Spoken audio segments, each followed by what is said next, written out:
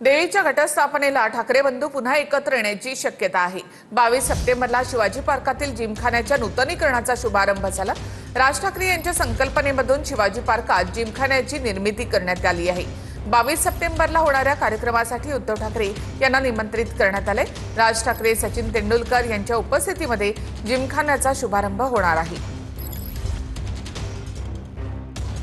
कोणी कुठं एकत्र यावं आणि कोणी कसं करावं हा ज्याचा त्याचा प्रश्न आहे, तो त्यांचा अंतर्गत प्रश्न आहे।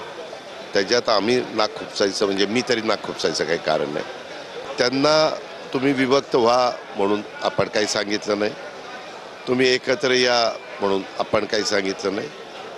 त्यांना जे काही योग्य वाटतं ते त्यांना करण्याचा अधिकार हा घटनेने संविधानाने दिलेला आहे।